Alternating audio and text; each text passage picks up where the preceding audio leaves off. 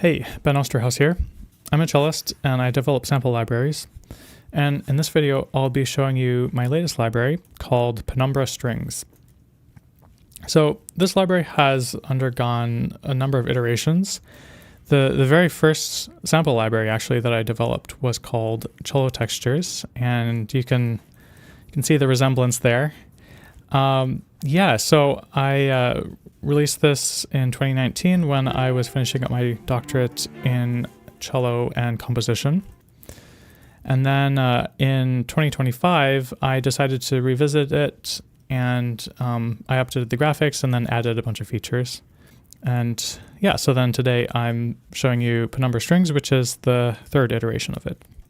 So before I talk about Penumbra Strings, I'd like to talk a little bit about why I started doing this. So I started playing cello when I was really young. It was just something that I did. But when I was 16, I got ModPlug, and then later I got Fruity Loops, otherwise known as FL Studio, and got really into that. I thought it was so cool.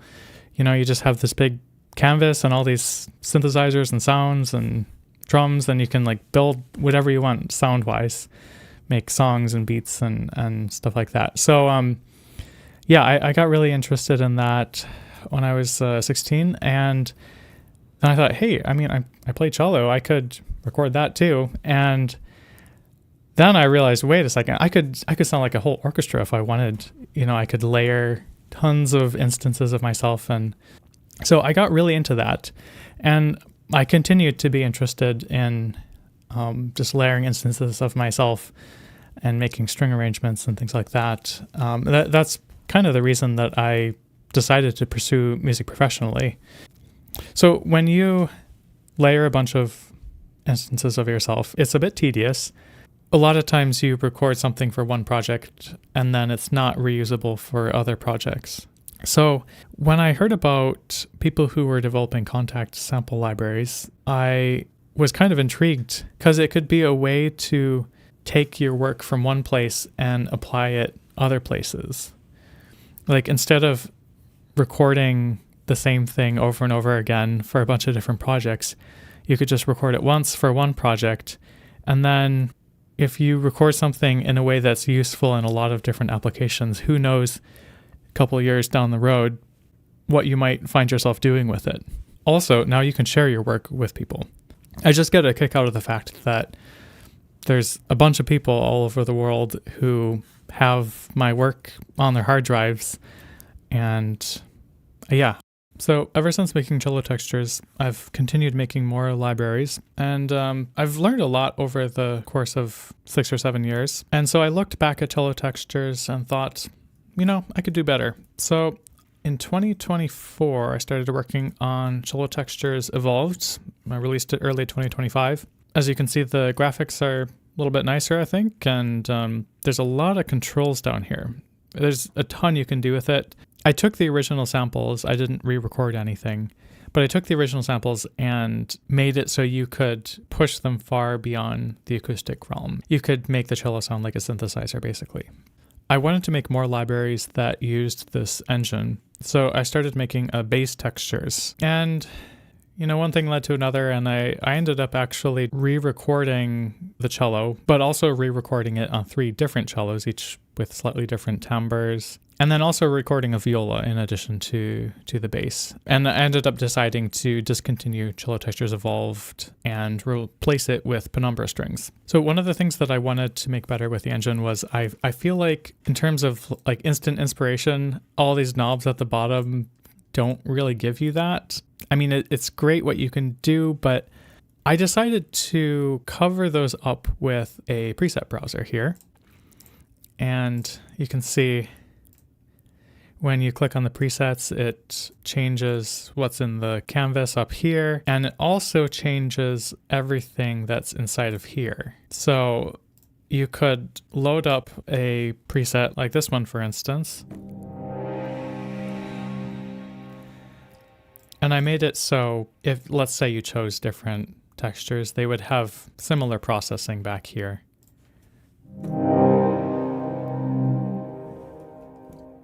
So I'm going to show you the presets next. On the first page, these are not really presets, they're more tutorials.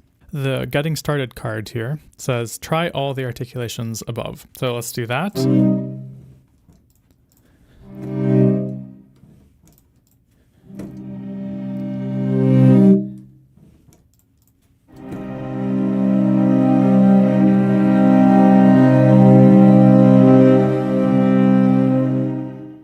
That one was a lot more full sounding, but that's because it had the cello and the bass also layered in there. Okay, let's listen to the next row.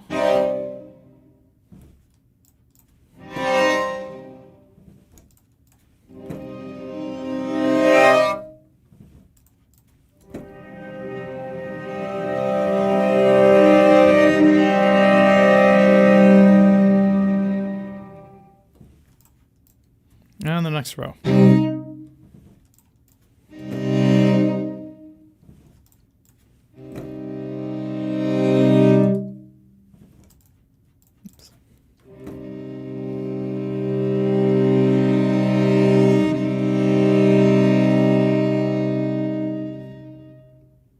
So as you can hear, each row has a distinctive tone quality. These are kind of wiry.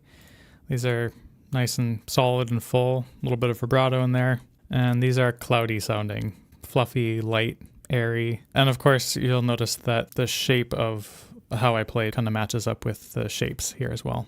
Okay, so that's getting started. And then let's talk about the little bubbles along the side, the V, C, C, C, B.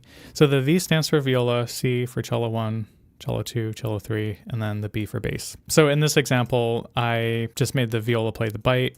One of the cellos plays an accent, another cello plays a swell, and the bass plays a bloom.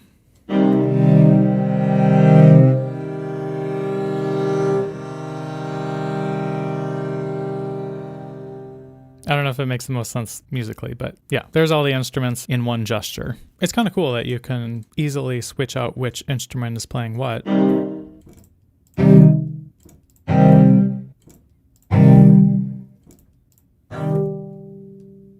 Reversing and sample start. The rev buttons reverse articulations, and the triangles beneath set the sample starts. By selectively reversing and adjusting sample starts, you can craft all kinds of unique textures. So here's a little example. It's kind of cool that this wiry sound fades in after this has died away. Looping. Click the loop button and draggable white handles will appear. Turn on tempo synced looping and the handles will snap to a grid. The little arrow toggles between forward or back and forth looping. So I'll do this from scratch. So we click a loop and then here are the handles. And we can listen to that loop. It's not the most interesting by itself, but I found kind of an interesting texture here.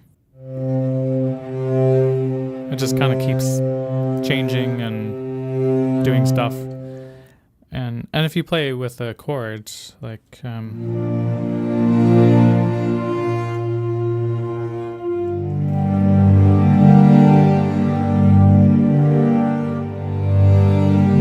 kind of interesting, like one voice will be swelling while another voice is dying away. Okay, you can drag example MIDI into your DAW. It's pointing at this little icon here. So you go like this, and there's the example MIDI, and it's titled looping, and it has 100 BPM in parentheses. So there are separate MIDI clips for every preset, and all of these MIDI clips were tailored to fit with a preset, and as such, they kind of needed to have a recommended BPM. All right, so that's the tutorials. Let's take a listen to the presets. Like I said, the MIDI clips that you drag in are kind of the best representation of how the presets sound. The thing is, some of the presets don't actually sound that good if you play in the wrong register. And that's just because, we're dealing with all these different, all the instruments have different ranges. And I made presets with certain types of playing in mind. Set the BPM to 75.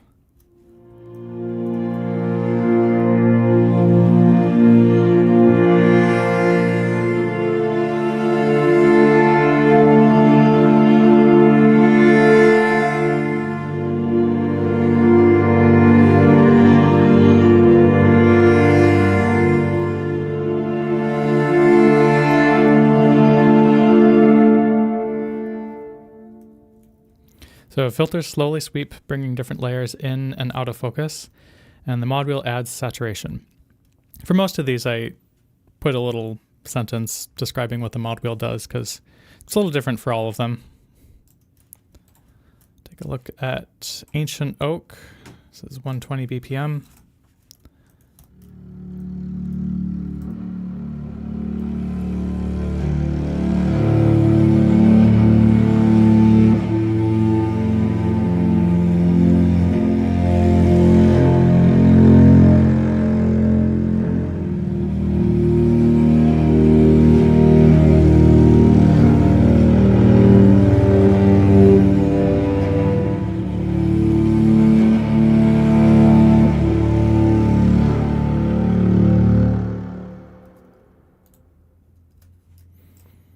Okay, and then Ether.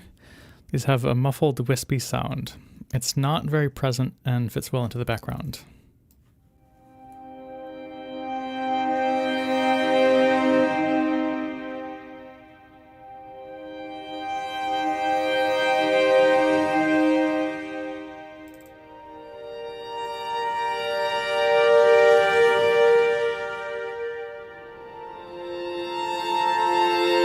I love that half-step crunch.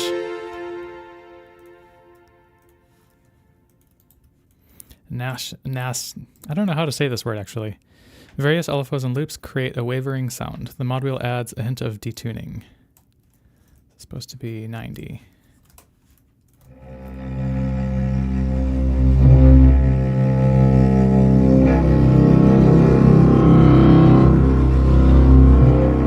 Yeah, this one sounds best if you just hold a note and let it do its thing. Champagne. This is an interesting one. It sounds like when you put your ear to a glass after pouring something fizzy. The fluffy and solid textures provide a smooth bottom, and then the very tops of the wiry texture add the frothing bubbles. So this wiry texture is like super high passed, so it's just hardly there. Sounds like that.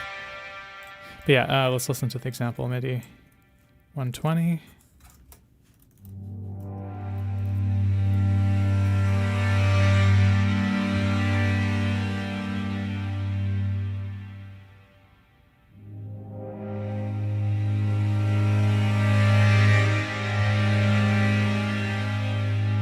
It's like the mids are super scooped sounding. Very distant.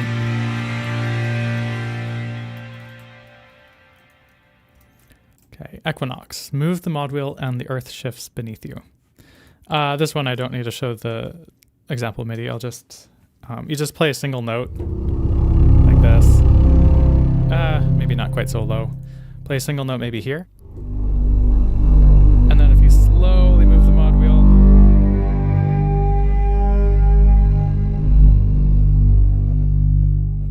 it's a nice bend. For Light Through the Leaves, LFOs create a warbling effect. It sounds like when the leaves of a tree gently sway, making shadows flicker on the pavement. The mod wheel opens up the filter, making the shadows less busy and more open sounding.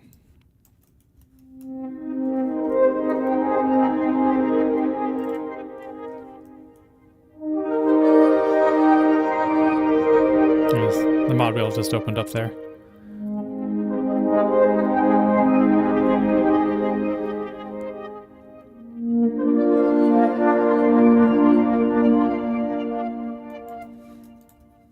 This one, Veil, relies on delay, no reverb. The echoes quickly build into a thick shrouded texture, and there's no need to hold notes for very long.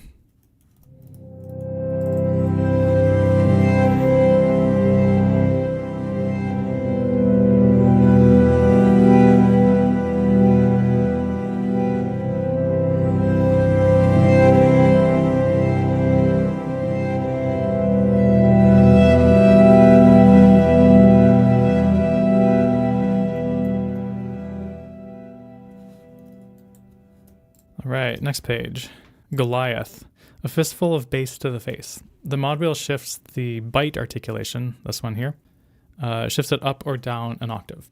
Try automating it quickly as you play a note to add extra punch. This one, again, we don't really need to hear the MIDI. I'm moving the mod wheel, as you can see down here.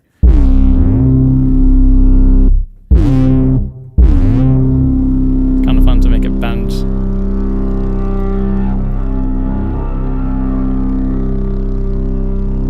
And if you keep holding it, just keeps pressing and pressing and pressing. Well, finally it dies away, but that's a fun one.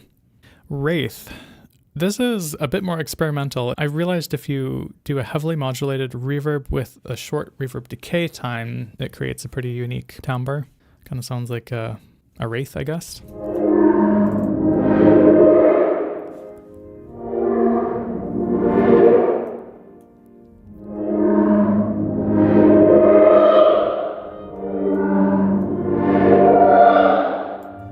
Well, you get the idea. Beacon. I like this one. This is a very foreboding one. It kind of sounds like horns and Mordor and something kind of dark.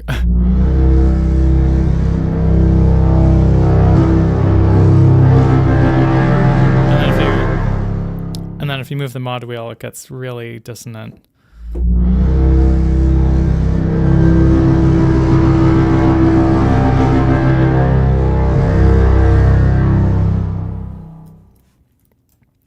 Moon moths. Fluttering moth wings, alien octave leaps, shimmering crickets. The mod wheel brings out the flutter and chaos.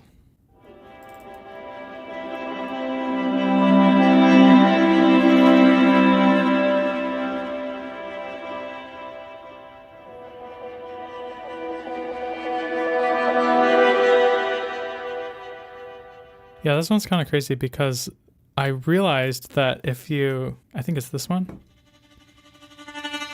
Like, doesn't that sound like a moth fluttering its wings or something?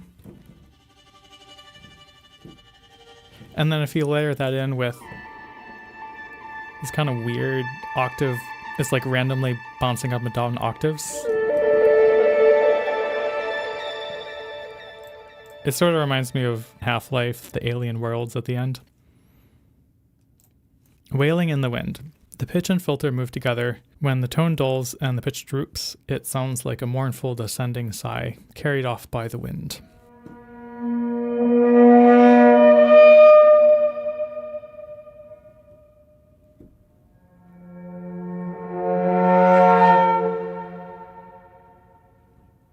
It's that subtle droop at the end that really does it for me. Here's Mirage. LFOs on multiple parameters create shimmering waves, like heat rising and distorting the air. The mod wheel increases the density with subtle changes in volume, panning, saturation, and filtering.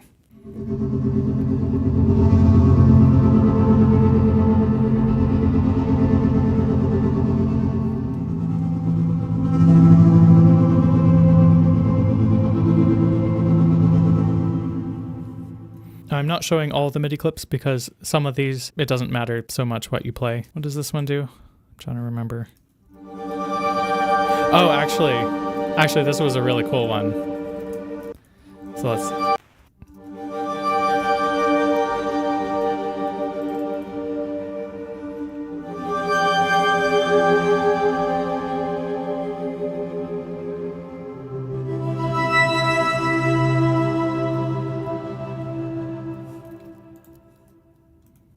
Okay, Brick. Compression slams the bass, hold a note, and it has an intensity that just keeps growing till the end. The mod wheel adds to the intensity by opening up the filter and increasing the saturation.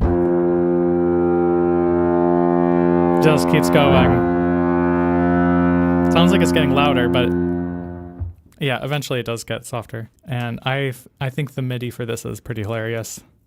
This is definitely not what I imagined I would be making for this library, but I don't know, it's still cool.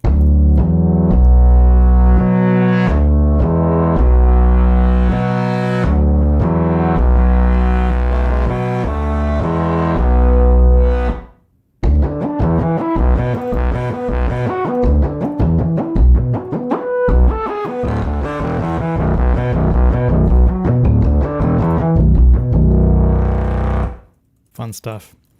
Rust. Pitched down articulations sound ugly and bit crushed. Filtered bass beneath adds weight and atmosphere. The mod wheel opens up filters and sharpens the grit.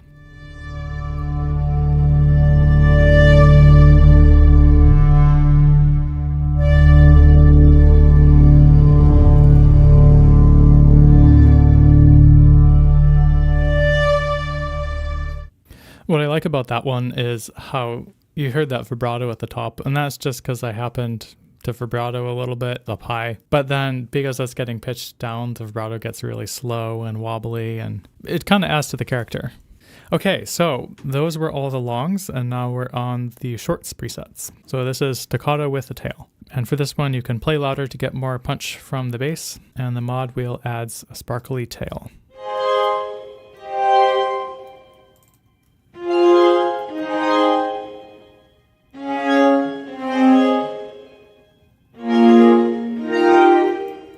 Very sweet. Sharp staccato. Articulations are transposed down a perfect fifth, then tuned back up to match the played pitch. This way they have a slight chipmunk effect.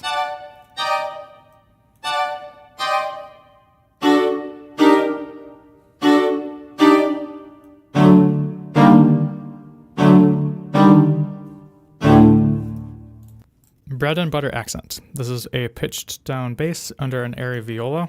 Turn up the mod wheel to introduce a wiry sound from the cello.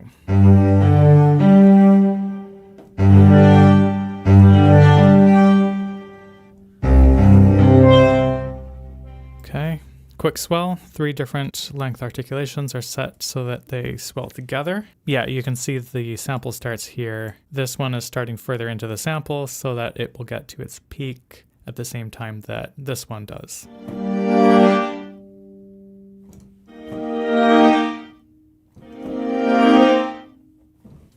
Through the looking glass. Wobbling pitch and a tinny EQ add a special charm to this one, a perfect companion to a music box, perhaps.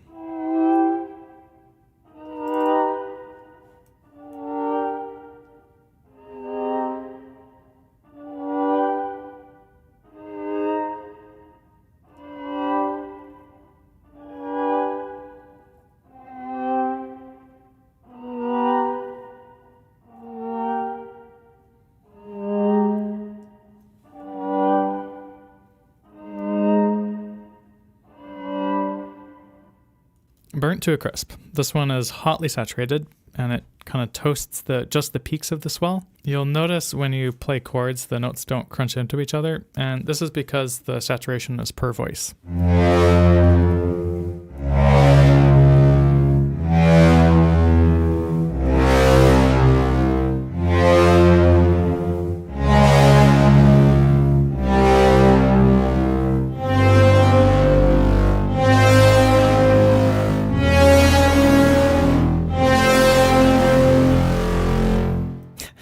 Very foreboding. Glacier. This one is really cool. I don't know how I just kind of stumbled upon this. If you play, there's a certain note that it sounds amazing on. I probably put that in the MIDI clip. Yeah. Yeah, if you just play C1.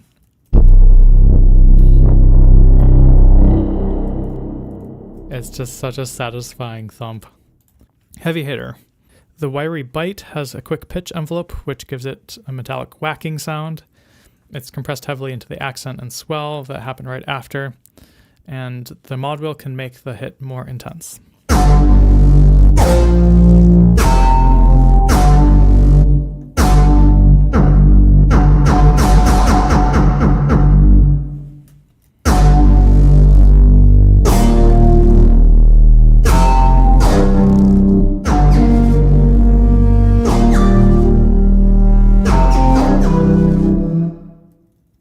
Rose petals. This fluffy viola articulation pitched up and heavily enveloped has a delicate charm to it.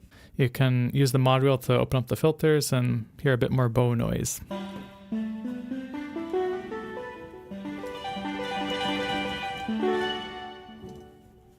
Soft glint. This has an interesting character to it.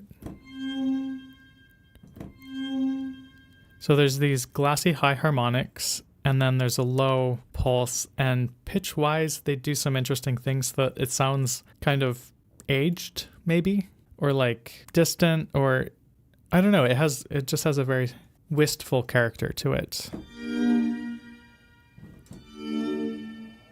Coil strike. A wiry articulation makes the sharp pings ricochet on top. The other two articulations lay a filtered and distorted foundation. The mod wheel intensifies the saturation and pinging. Somehow this maybe sounds like it would be in a James Bond movie. I don't know.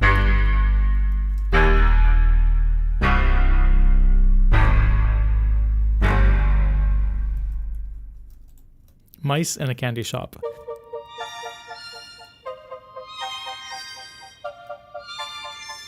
Like, doesn't it sound like mice? And the little mouse at the top. Very cute. Underwater triplets. Push the mod wheel up to go underwater.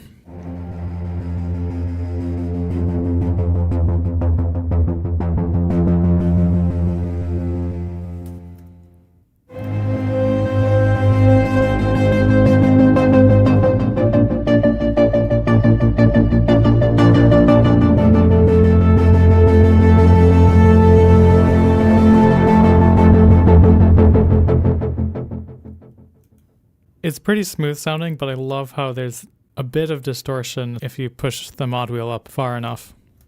Bleep bloop.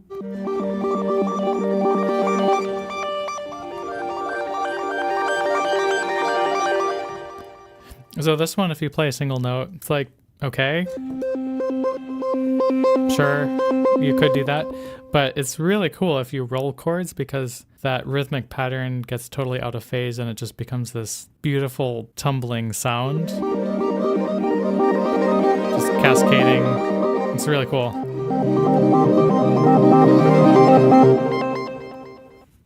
Raw beef. This is thick filtered pulses. This one sounds best around C1. Turn up the mod wheel to add more bass.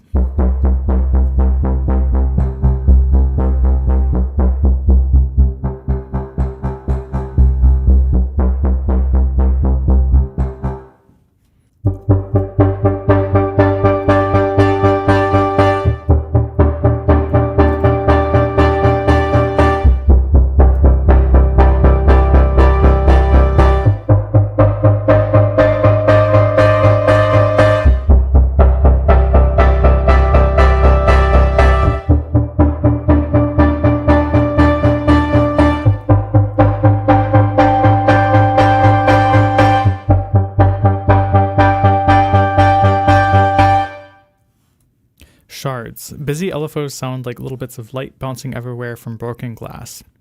This sounds best anywhere below 100 BPM. So this one originally, I think it was called like something related to atoms or like spinning things, but it only had that kind of spinning sound if you got the LFOs to go like whoa, whoa, whoa, whoa, whoa, whoa, whoa, whoa, and instead of like whoa, whoa, whoa, whoa, whoa, whoa, just really fast. So yeah, so if we set it to 60 BPM,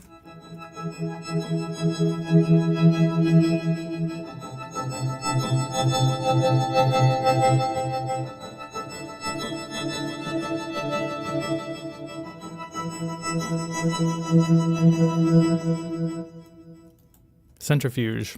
LFOs swing the sound around in wide arcs. The mod wheel adds more swooshing.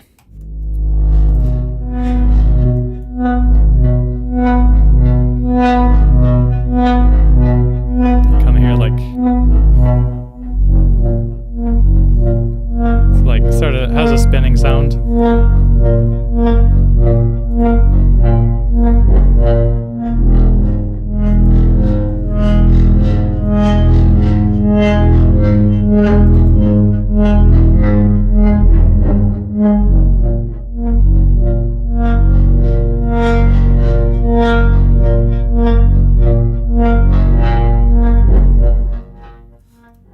Right, bell tolls. Tempo synced loops create slow pulses. Envelopes re-trigger at loop points, making the sounds die away on each pulse. And each articulation has a slightly different envelope so that they decay at different speeds. And somehow that all, to me, sounds like some kind of alarm bell tolling, like, I don't know, maybe you'll hear what I mean.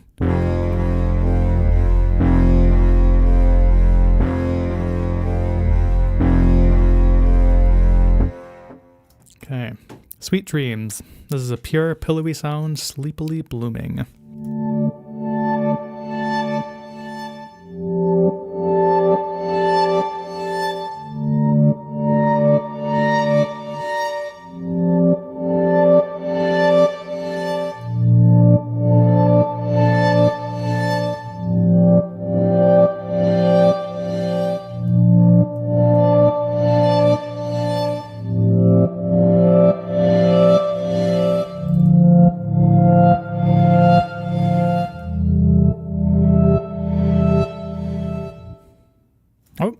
Oh no, it got cut off.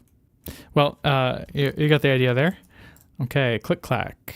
If you turn the attack time all the way down, you sometimes get these sharp clicks. Normally this would be bad, but in this case it adds to the rhythmic energy of these quick tempo synced loops. Here's the loop. It's pretty tiny there.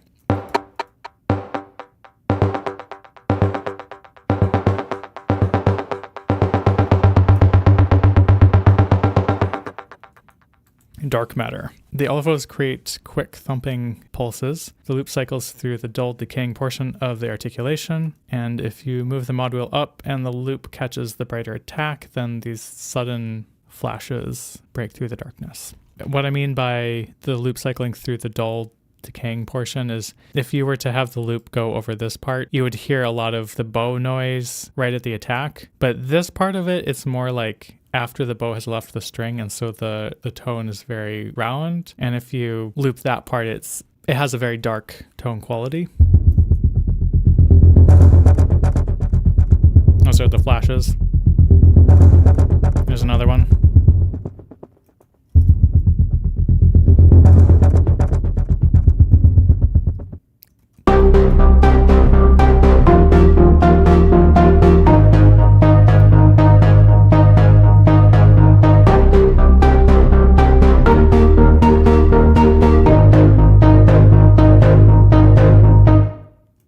Droplets.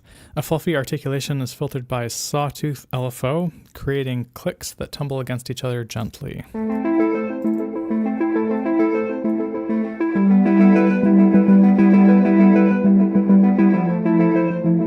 It's hard to tell the meter. 1, 2, 3.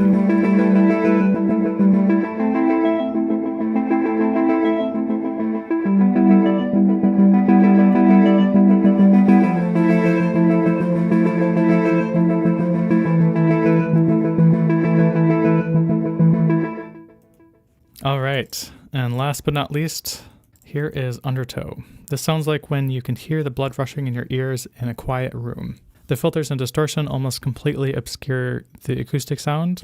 The waves are inescapable.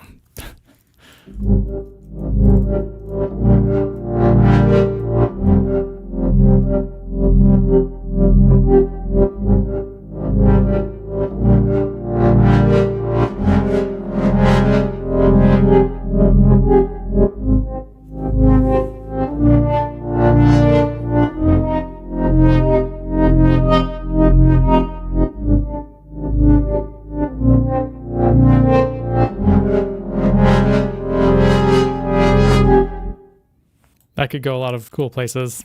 All right, so those are all the presets, and next I'm going to do an in-depth walkthrough of all of the features that are behind the cog, plus a bunch of stuff about the canvas that I didn't fully cover. I'm going to skip over these two infos for now and come back to them, because first we need to talk about these 4 tabs along the bottom.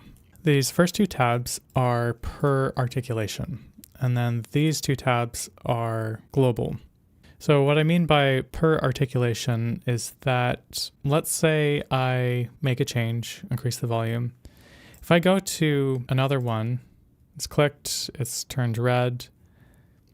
You can see the volume is back to where it was. And if I click between them, you can see, they each have their own volume. And this applies to, all the properties that you can set down here. So, we could just go crazy, turn all the knobs. And then if we go back to this one, you can see it's got its own settings. And if we want to get rid of that chaos, I'm just going to click the reset button.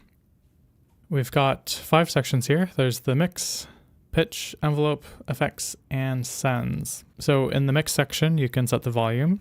You know, maybe you want to make one articulation much softer so it blends in better.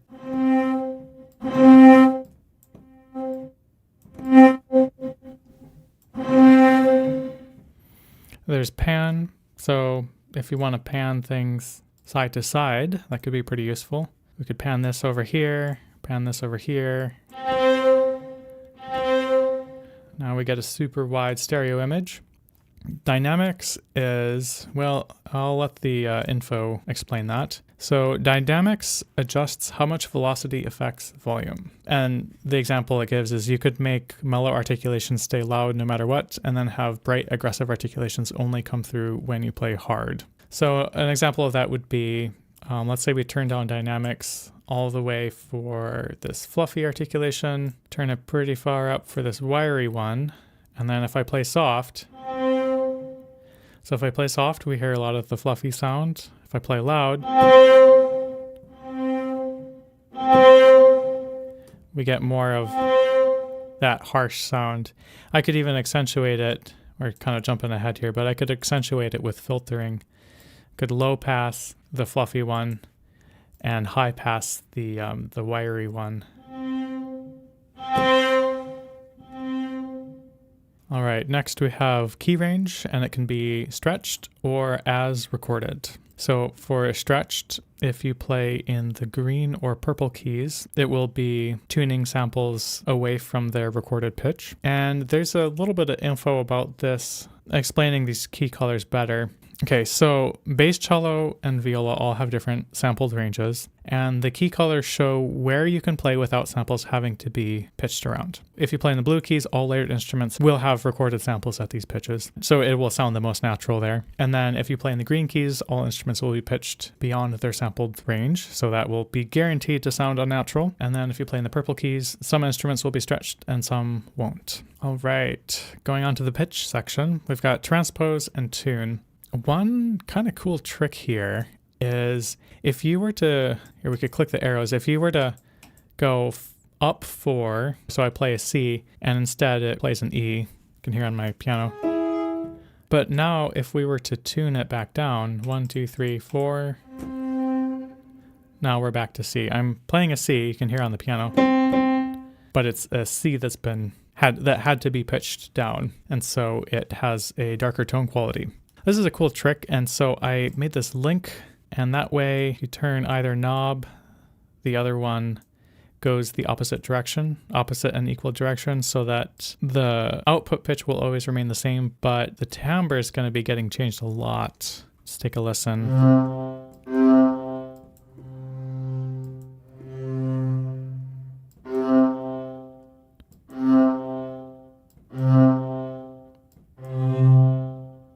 If you're not using the link, a lot of times you would want to use this to put one articulation an octave above another. And so I put these dots here so it's easy to snap to octaves. All right, so the envelope section is pretty self-explanatory. I'll show you why it's particularly useful to be able to control the attack. Take a listen, if we move the sample start in, we're getting these clicks. But if I just add a little bit of attack, it gets rid of the click. Now remember that this envelope is not global, it's per articulation. So there's some interesting things you could do, like if you were to, let's actually do this with bloom articulation. Okay, so we'll make this have a very short attack, medium attack, and long attack. Just so that it's a little easier to hear what's going on, we'll move their sample starts in.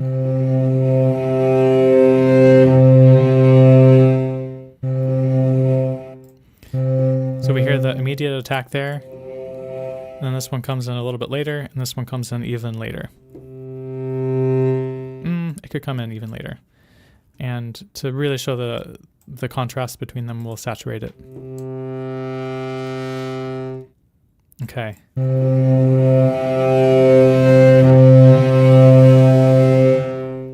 Yeah, yeah, so it's kind of cool when that heavily saturated sound blooms in quite a bit later. It helps provide some extra motion. Okay, moving on to the effects. The saturation, I have a note about this in the info. Saturation is per voice. So what that means practically is that if you play a chord and you have heavy saturation on, the notes of that chord aren't going to crunch into each other. Normally, if you were to have a ton of saturation on and then play, a half step, you wouldn't even hear the half step. It would just be mud. But because the saturation is being applied individually on each note that you play, it has a way of turning the string sounds into synthesizer sounds, or sometimes making them sound like brass instruments. The dynamic button changes the routing a little bit. So if you turn, with dynamic off, then you can use the volume in the mix section to drive more signal into the saturation, getting more saturation. See, that's totally destroyed. But if you turn the dynamic button on, then it doesn't matter what you set the volume to here. It'll always be the same amount of saturated. Even if I make it really soft. Pretty quiet. But you can hear it's still very saturated. Okay. The high pass and low pass filters, you can create some very unusual textures by layering a bunch of articulations together, but then filtering them each differently. For instance, you could take the very tippy tops of this wiry articulation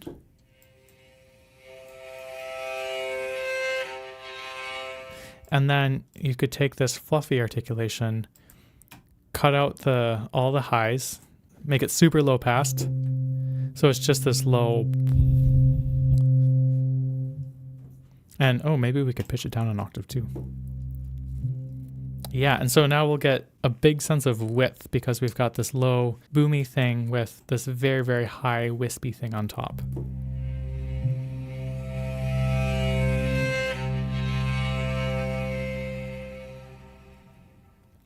Very unusual, but interesting. This example is okay, but there are some pretty cool things that I figured out with the presets. All right, the sends section here. So there is a global delay and reverb. I have a note about this in the info. Okay, set how much signal goes to the delay and reverb here. For the effects settings themselves, visit the space page. So here's the space page, settings for the delay and reverb. It just makes sense for all of the articulations to go to one reverb. Otherwise, if we had 12 reverbs, that would kind of kill the CPU. All right, so that's the sound tab. Let's go on to the modulation tab. Each articulation has its own envelope, LFO, and mod wheel mapping. So in the same way that you could make articulations fade in and out of each other in interesting ways using the attack of the envelope, well, now you can take that even further with this envelope by controlling the attack, decay, sustain, and release. And also, it's not just enveloping the volume. You can make it envelope the panning or the tune or the saturation or the filtering and volume, although volume has to be either on or off. There's a complicated reason for that, which I won't go into. There are these little menus here where you can make the envelope go in grid divisions or in milliseconds. And yeah, let's just test out the envelope a bit. We'll turn the sustain down, have a bit of attack, a bit of decay, and let's make it do some filter action here. Okay, so you could see that, or you could hear that not very much happened there. You didn't hear any filtering, right? So this envelope is going positively, and this knob is all the way up, so it can't make the low pass go any higher. So in order to actually hear that envelope, you'll need to pull the low pass down. There we go. Yeah, and going back and forth between these pages might be a little bit clunky. So to help with that some, the colors between the sound and modulation tabs match up. So you can see the volume knob is this greenish bluish color. There's a greenish bluish. You can see the pan knob is kind of yellow. There it's yellow. Tune knob is green. There's tune. Saturation is orange. There's the orange. High pass is pink. Pink. And low pass is purple. There's the purple. And if you want to make it even less clunky, switching back and forth tabs all the time, you can shift click tabs to pop them on top of each other. So right now the sound tab is up here, but I could also go like this and then shift click the modulation tab. And now you can see them side by side, or top and bottom, I guess. So let's just test out the LFO real quick. We'll try applying it to volume.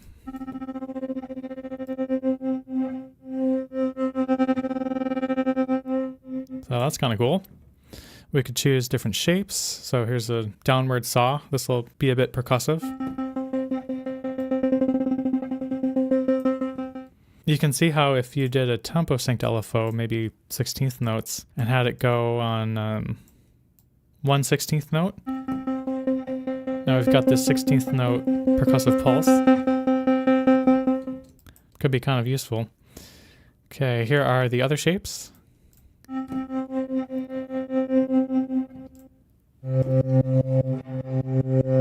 It gets you that sucking sound. I suppose we could do 4/16 so it goes on quarters.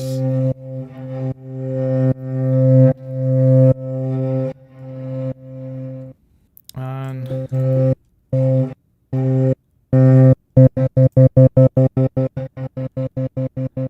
there's that.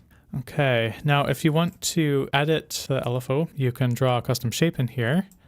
So here's what that would sound like. Here, let's go a little slower. Sounds kind of weird. There we go. Oh, there we go. Now we can hear it doing its thing. Okay, there's a dice button here. So you could get random shapes like this.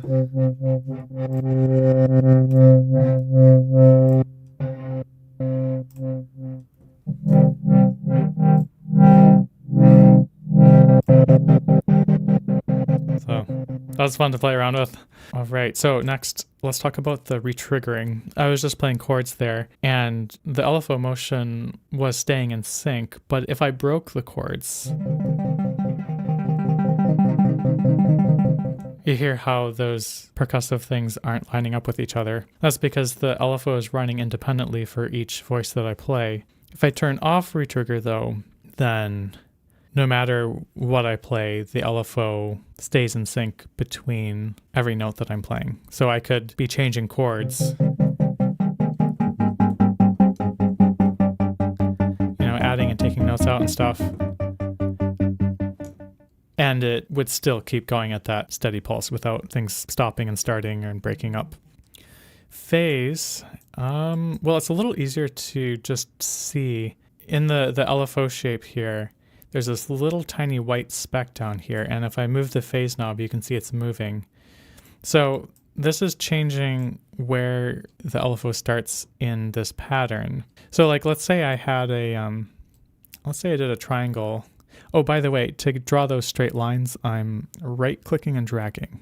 Okay, so let's say I had the phase like this. It would start loud and then get soft. But if I had the phase like this, it'll start soft and get loud. All right, so that's the LFO. Let's talk about the mod wheel next. I guess I can't show it in my camera, but over here I have a mod wheel that I'm moving, and we've got another table that we can edit. So if we map the mod wheel to volume, then as I go up and down with the mod wheel, I can control volume. This could be pretty powerful if you, say, had another articulation, but you inverted this. And now with the mod wheel all the way down, you would hear one articulation, and then as you moved it up, it would fade into the other.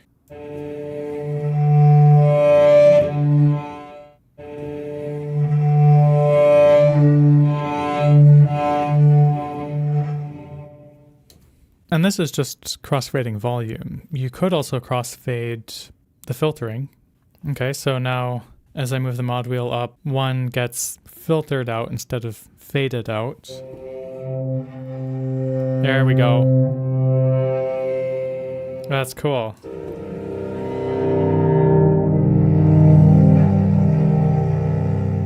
Very cool. A lot of possibilities there. All right, so let's say you have fine-tuned a bunch of things in here, you know, set things up how you like, and it's sounding cool, but you wonder, what would this enveloping and LFOing and mod wheeling, what would it sound like on another articulation?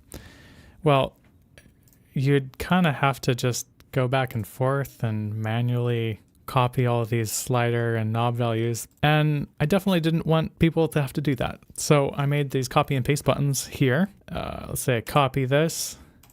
I could just paste like so, and boom, it's all there. All right, so that wraps up the per articulation tabs. These two remaining tabs are global. So here's this is a Super GT. It's one of the compression plugins inside of Contact that I kind of like the sound of. So you can remote control it from here. And there's a EQ. With the saturation on the sound tab, it was per voice, which meant you couldn't have notes crunching into each other. But it is nice to be able to have notes crunch into each other, and you can do that with the saturation on Super GT.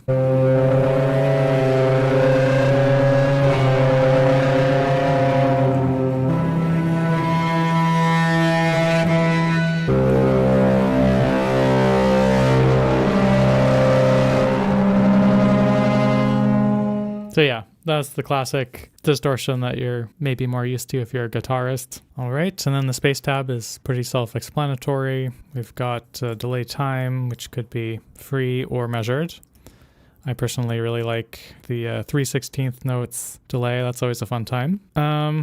Yeah, there's not a whole lot to explain here. The reverb, this is realm. It's algorithmic. Yeah. All right, so now that I've covered all 4 tabs along the bottom, I'm going to go back up to the canvas and talk about a few more advanced things which you don't really need to know but could be kind of useful. So if we open up the info here, articulation tile controls. Click the top bar to select a tile for editing. You can use Control or Shift to select multiple at a time. Let me just demonstrate that. Let's say you have a couple active and then you want to select multiple for editing. Now we can, edit the volume of all 3 of those at the same time. With loop turned on, you can toggle between forward looping or back and forth looping. You can also reverse sample playback, click anywhere in empty space to turn off a tile, like so. These are all things which I think I covered earlier. What I didn't mention though is how when you select multiple tiles for editing, you'll notice these little asterisks start showing up on both the sound and the modulation tabs. And the reason that's happening, the info explains it a little bit better. It says spot an asterisk. That means your selected articulations are having a disagreement about their settings. So if I set the volume of this one up here and the volume of this one down here, and then I shift click the top bar, now you've got the asterisk, just to warn that if you do touch this, it's going to flatten the values between them, make them both have the same volume. You might not want to do that. All right, now on to the fun part, the dice. So there's dice here, here, on every tab along the bottom. And there's a lot of crazy sounds you can make if you start using the dice. Not necessarily the most useful, but it will definitely get you to a place you would not expect. So let's take a look at the dice. You'll see that everything animates smoothly. It's kind of fun. And there's no algorithm here making it so things will always sound good. It's kind of the Wild West with these dice. Yeah, you're not really gonna get something usable every time, but sometimes it's pretty crazy what you get. Okay, so you can also shift and click to nudge everything randomly. So let's say you've hit randomize and you kind of like how it sounds. You could shift click and then you see everything's only gradually moving randomly. And lastly, if you click the title, it randomizes everything, all 4 tabs, and it randomizes the canvas. Speaking of the canvas, there's a dice button for the canvas. So let's take a look at that after I reset the chaos that I just created.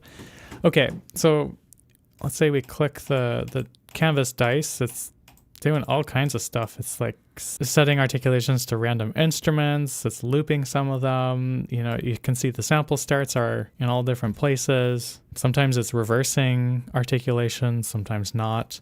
So you can have more fine control over what this dice does if you click the arrow.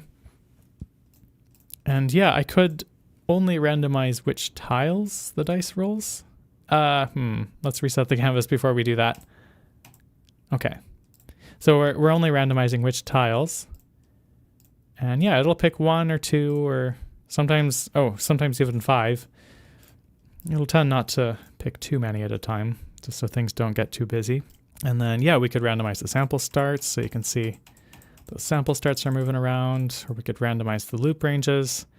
Although the loops need to be turned on to see what it's doing. There we go.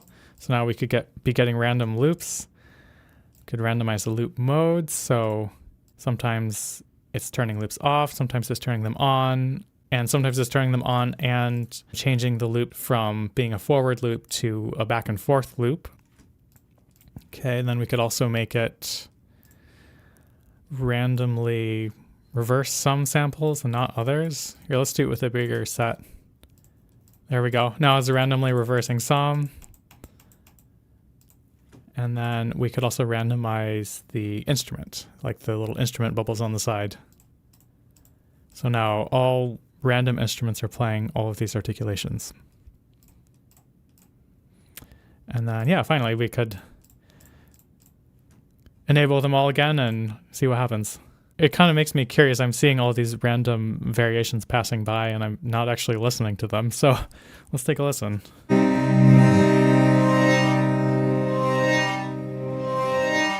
I mean, it's not necessarily a good sound, but it kind of gives you some ideas. I don't know.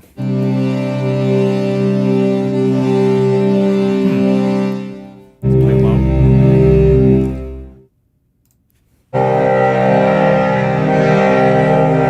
It's a very different timbre.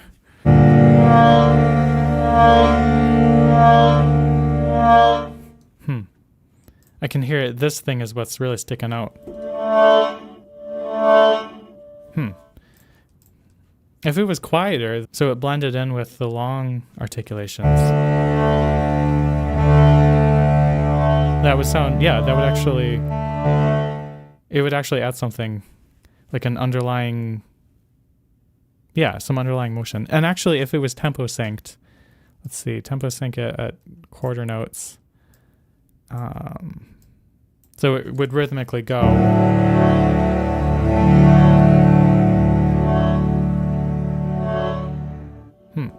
I don't know. It's interesting.